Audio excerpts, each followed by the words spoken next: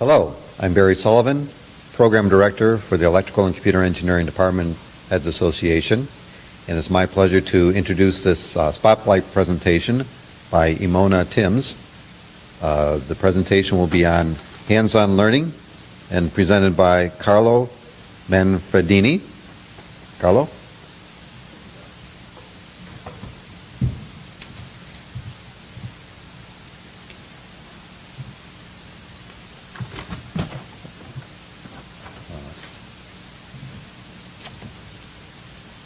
Good morning, everybody. Thanks very much, Barry, for that introduction. And I'm very excited to be here, especially when I heard that the talk was going to be here in Napa Valley. I thought it is so close to home. It's just merely a quick 14-hour flight and then just a short drive up the road. So I thought I got lucky because my other colleague got sent to a show in Kazakhstan. So I thought Napa Valley, Kazakhstan, I think I did pretty well. Having said that, I did go to Kazakhstan last year, and it was actually very interesting. Very unusual, a bit different, but I'm happy to be here with you all. Finally you're thinking, okay, Manfredini, Italian name, Australian accent, and a company called Emona Timms. What does it mean? What does it represent? So let's have a quick look at who Emona Timms are.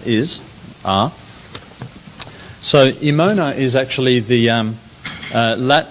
Roman word for Ljubljana, which is the capital of Slovenia, which is where the founder of Emona Instruments, Fred Bresnik, originated from. He set up Emona Instruments in the 70s, and we are Australia's largest test and measurement instrument supplier. TIMS stands for Telecommunication Instructional Modelling System, and that was developed by Tim Hooper at University of New South Wales in the 1970s.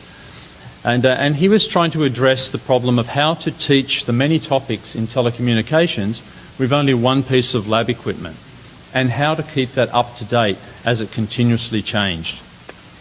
So he came up with the idea of TIMS, and then in the 1980s we worked together with Tim Hooper, who is actually my lecturer at university, to commercialise the product. So since 1988 we've been manufacturing the TIMS product range, and we're now in more than 40 countries around the world, and more than 165 universities in the US alone, very many prestigious and well-known institutions.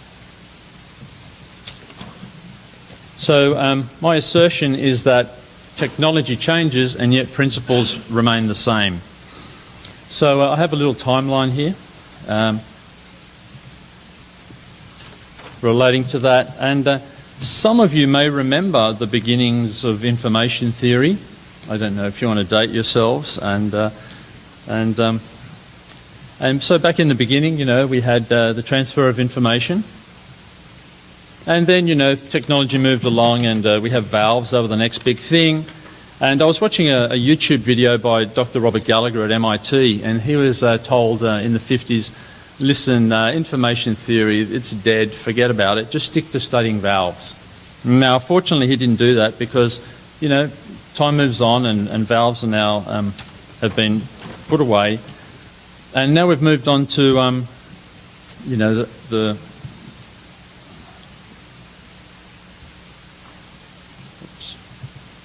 So transistors have come along, and but nevertheless the implementation in the theory hasn't really changed. And so I met another professor, and what he would do in his labs is get students to build AM and FM circuits with electronic components. And whilst that's a very interesting and hands-on way to teach students, the difficulty is that there are so many topics to cover that it's very difficult to get a lot done in a short amount of lab classes. So these days, the technology has got FPGAs. So FPGAs are everywhere. What's inside them? What's inside these things? Well, here's a typical example. What's inside this block diagrams, and inside these FPGAs there are filters, and there are multipliers, and there are phase lock loops and VCOs, and very many elements of block diagrams. As well, a professor at Purdue told me that what else is inside them is magic smoke, and it's very important that you don't let the smoke out. Otherwise they won't work anymore. So keep that smoke in there. So, let's get this this mouse is giving me a bit of trouble. No problem. All right. Okay. So how about the future? What's coming? Optics, quantum, I don't know. That's the kind of things that you'll be discussing at this conference. But regardless of what's inside, what kind of technology we're using, they'll all be implementations of block diagrams. So where do the block diagrams come from? Well, they come from the mathematics. They are basically representations of the maths. So here we see the maths for QPSK, a very basic mathematical formula. And that can be represented by the block diagram for QPSK. And what we do at TIMS is for each block in the block diagram, we have a hardware module. So each module represents one block in the block diagram. So if we have a look at that, if you have an oscillator, we have an oscillator module. If you have an adder, we have an adder module. A multiplier, we have a simple 2-input multiplier. Phase shifter, sequence generator, bandpass filters. And then, of course, we have a large number of different modules with encoders and demodulators, etc., etc. So we have more than 60 different modules which are patched together to implement block diagrams. So what does this look like? Here we have a student, for instance, using a couple of simple elements to build up an AM circuit. If you're looking closely, you can see he has an adder, and he has patched the adder to the multiplier. So he's adding the message to some DC. He's multiplying it by the carrier. Now, what's kind of unique about TIMS is that we call ourselves a modelling system, which basically means down there you can see the 100. The carrier we use is 100 kilohertz.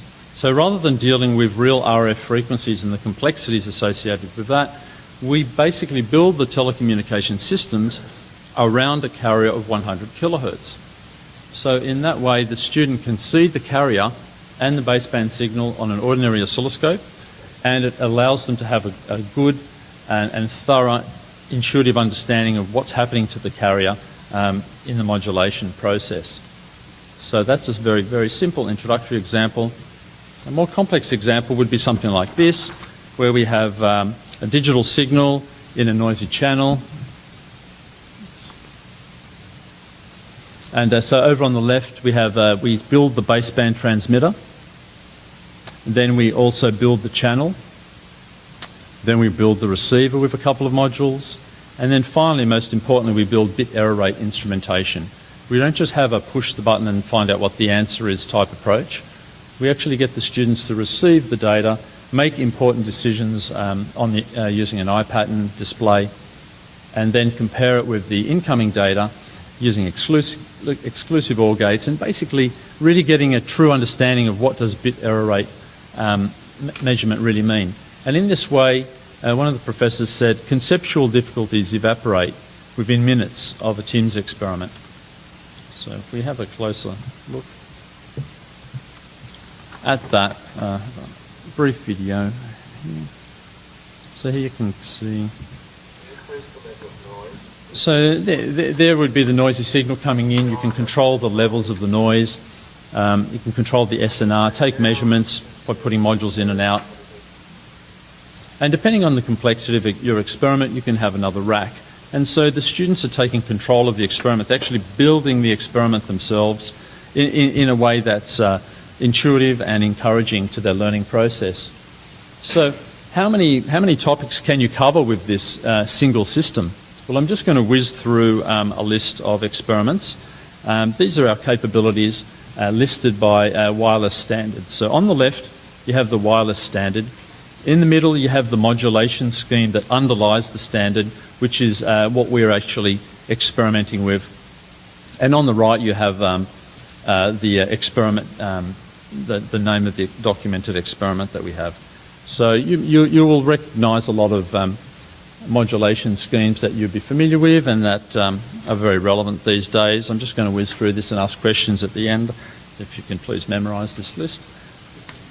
So that was a brief look at standards, and then we have a brief look at the various experiment listings that we have. You'll recognise all sorts of diverse topics, even delta modulation, I-patterns, analog, introductory analog, advanced analog, block coding, frequency hop, sonnet, spread spectrum, ISI, equalization, MSK, all the constant envelope schemes, QPSK, ultra wideband, spread spectrum, again, bit error rate measurements are very important. As well, using this block diagram approach, we're able to expand into signals and systems. So students are able to basically build signals and systems experiments using the TIMS blocks. So just moving right along, we have more experiments, DSP. And basically, in summary, every unit ships with 2,500 pages of carefully documented experiments. And the point being that this is like a menu. You choose the blocks that you need to implement the curriculum that you're interested in. So you have the resources, the material there, and you just choose what you actually want to cover. And as you want to expand your curriculum, you simply add more modules when you need them. So here's another way of thinking about how you can chunk your experiments with the transmission model. You could teach encoding in one lab, teach decoding in the other lab, or just concentrate on demodulation, etc., etc. So how do we deliver these experiments to the students? There's three ways: hands-on in the lab, remote access, or simulation. So having a look at the various hands-on approaches, we have the TIMS, which we've looked at briefly. We have experiments in signals and systems, where we're able to cover convolution, match filters, Fourier, Nyquist, poles and zeros, IAR, FIR structures, etc.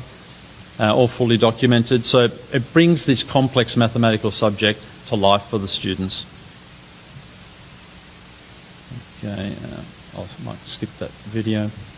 Fibre optics, we're also able to have some introductory fibre optics subjects, so students don't have to go into your expensive fibre optics lab to do experiments. They can quickly do wave division multiplexing and bidirectional communications experiments with simple hands-on modules using optical components.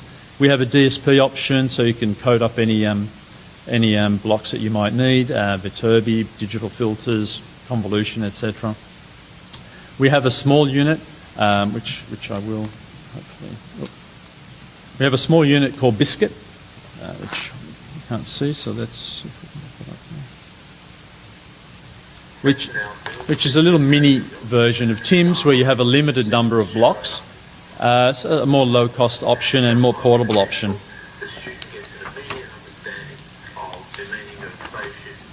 Okay. So obviously at our booth we have all those options. And also NI recognised that what we were doing was quite interesting, and they invited us to make some boards for their NI Elvis platform. So 6 years ago we made the Datex board for teaching telecoms, SIGEX for teaching signals and systems, Photex for teaching fibre optics, and Helix for teaching hydrogen fuel cells and sustainable energy, all powered by LabVIEW if you happen to have an Elvis lab or are thinking about getting an Elvis lab. So a second approach, we have remote hardware.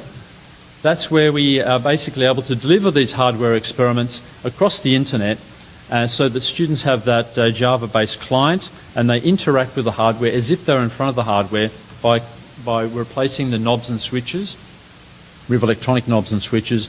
You can have multiple students, from 20 to 60 students at once, doing the same hardware experiment and having it delivered across the internet 24/7. So this is very handy for MOOCs. We have a few customers using that around the world. Also for distance learning. I'll skip on that video. Finally, we have a simulation option, because we believe simulation is very useful as a complement to hands-on hardware, particularly as pre-lab learning. It was a very interesting story a professor told me. He got a student to design a filter, and the student said, "Yes, I've done it." He said, "What did you do?" He said, I designed a 256 order filter." He said, "Oh, that's marvellous. You'll get 50% of the marks for that. Now for the next 50%, you have to go and build that 256 order filter." So sometimes, simulation is very helpful, and yet we really need to know how that manifests in the real world. So with our simulation as pre-lab learning, the students don't have to do any programming. They plug the modules in, wire them up, and turn the knobs and dials and have a hands-on experience. It looks like that, and It's very easy to use and very complementary. And finally, so my take-home message would be TIMS is mathematical modelling with real-world signals. A block diagram approach is always relevant no matter what the underlying technology is. Multiple experiments in one system. It's expandable because it's open architecture. You can make your own modules. It's customisable and it's modular. It's highly student resistant and proven reliable.